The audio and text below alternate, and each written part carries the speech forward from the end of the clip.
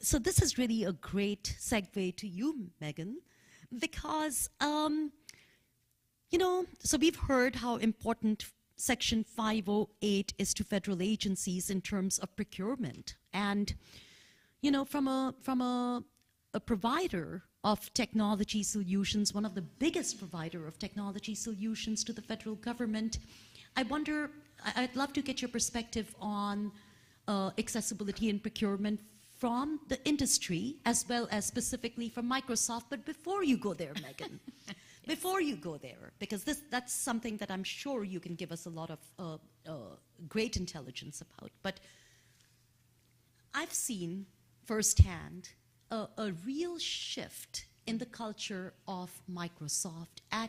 And Dominic talked about executive buy-in, having executive buy-in. I think Satya Nadella at Microsoft you referred to it as a coming out recently with a book that he's published. Can you talk about that? Yeah, so I kind of want to back up a little bit. Yeah. And as an evangelist, I have the opportunity to speak with lots of different people. And this summer, somebody came up to me and said, I love what Microsoft is doing in terms of accessibility. We'll see how long it lasts. Yeah. And, I loved that question, one, because if this person was asking it, that means lots of people are asking the same question. They just had the nerve maybe to come up and talk to me about it. And second of all, it really got to the heart of, is this sustainable? How are you building sustainability around accessibility into Microsoft?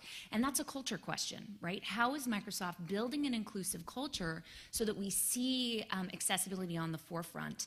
And that really does come from having senior leadership buy-in.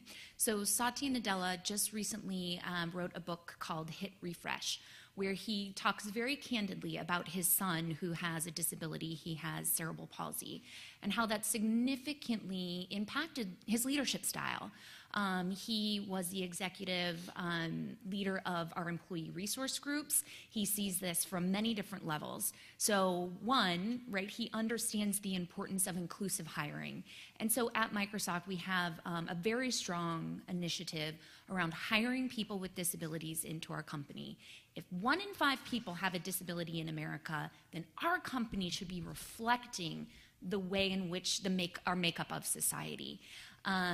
That's one. Two, when you have people with disabilities embedded into teams, they bring that creativity, right? They bring that life experience that makes sure we are thinking about accessibility, as Deborah said, from that design all the way through development into the iteration of testing that and making it better. And so it creates that holistic, sustainable solution when we've got people with disabilities in and on our teams. But if I hear, well, accessibility, it's the right thing to do, one more time, right? No, accessibility, well, yes, accessibility is the right thing to do. But accessibility is that lens into innovation, right? When we think about a design constraint, use the computer with your eyes only. Use the computer with your voice only. Use the computer with your keyboard only, right?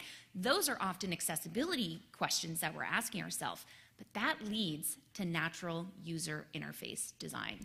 And when we invest in accessibility, and Satya has said this, we are investing in the future of the way that we all want to be able to compute, right?